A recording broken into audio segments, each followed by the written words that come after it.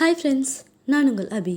இன்றைக்கி இந்த வீடியோவில் ரொம்பவே சூப்பரான தக்காளி அரைச்சி வச்ச சாதம் எப்படி செய்கிறது அப்படின்னு சொல்லி நம்ம பார்த்துடலாங்க. அதுக்காக வந்துட்டு ஒரு 5-6 தக்காளி பழத்தை எடுத்து இந்த மாதிரி நல்லா கட் பண்ணிவிட்டு ஒரு மிக்ஸி ஜாரில் சேர்த்துக்கோங்க.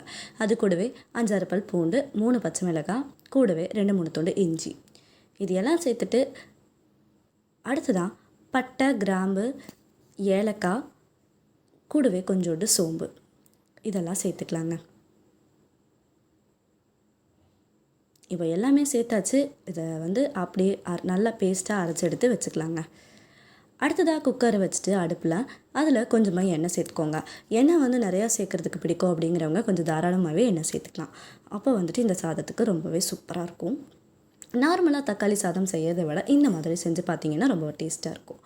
இப்போ இதில் நம்ம கொஞ்சோண்டு சோம்பு, பட்டை, கிராம்பு, பிரியாணிக்கு சேர்க்க வேண்டிய இலை, ரோஜாப்பூ மொக்கு இதெல்லாமே சேர்த்துக்கோங்க. இப்போ நமக்கு தக்காளி பேஸ்ட்டும் ரெடியாக இருக்குது. அடுத்ததான் நம்ம இப்போ அரைச்சி வச்சுருக்கிற பேஸ்ட் அதை அப்படியே உள்ளே சேர்த்துக்கோங்க. இதை உள்ளே சேர்த்து லைட்டாக கிளறும் போதே நமக்கு ரொம்பவே சூப்பராக கமகமன்னு ஸ்மெல் வரும். இந்தளவுக்கு எண்ணெய் பிரிய விட்டுருங்க. ஒரு நிமிஷம் வரைக்கும் இது இருக்கட்டும்.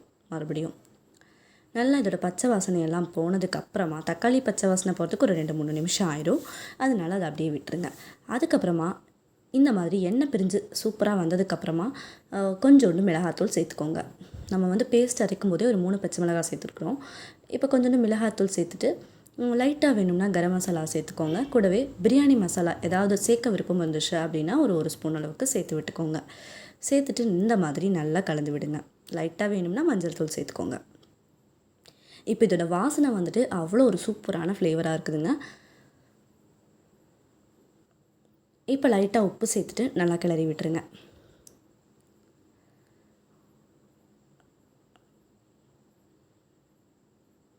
அரிசியை நான் ஆல்ரெடி 1/4 மணி நேரத்துக்கு முன்னாடியே ஊற போட்டு எடுத்து வச்சுருக்கிறேன்.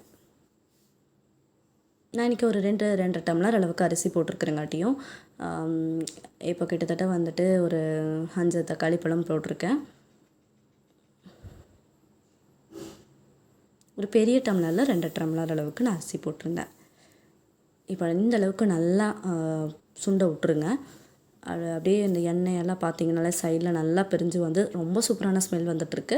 அந்தளவுக்கு வந்ததுக்கப்புறமா இப்போ நம்ம ஊற வச்சுருக்கிற அரிசியை எடுத்து உள்ளே சேர்த்துக்கோங்க. சேர்த்துட்டு லைட்டாக கிளறி விட்டுருங்க.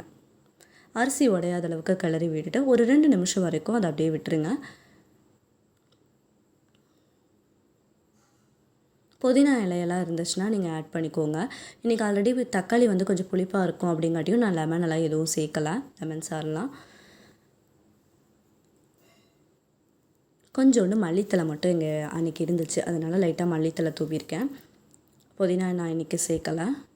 இப்போ தேவையான அளவு அரிசிக்கு தேவையான அளவு தண்ணி சேர்த்துட்டு நல்லா கலந்து விட்டுருங்க. இப்போ அப்படியே குக்கர் மூடி போட்டு மூடி வச்சிடலாம். ஒரு 2 விசில் வந்ததுக்கப்புறமா நமக்கு ரொம்பவே சூப்பரான சாதம் ரெடி ஆகிடுச்சு. ஃபைனல் கிளிப் நான் எடுக்கிறதுக்கு மறந்துட்டேன். இந்த சாதம் ஆனால் சும்மா சொல்லக்கூடாது, ரொம்பவே அருமையான டேஸ்ட்டில் இருந்துச்சு. கோவிலுக்கு கொண்டு போயிருந்தோம். கோவில் கொண்டு போகிறதுக்காக தான் ப்ரிப்பேர் பண்ணியிருந்தோம். காமாட்சி அம்மன் கோவிலில் நோம்பி சாட்டு இருக்குன்னு ஆல்ரெடி நான் உங்களுக்கு சொல்லியிருந்தேன் இல்லையா. போயிட்டு சூப்பராக சாப்பிட்டு முடிச்சுட்டு வந்தாச்சு சாமி கும்பிட்டுட்டு. இந்த வீடியோ ஓகே ஃப்ரெண்ட்ஸ், அடுத்த வீடியோவில் நான் உங்களை சந்திக்கிறேன். அதுவரை இன்றும் இணைந்திருங்கள். நான் உங்கள் அபி.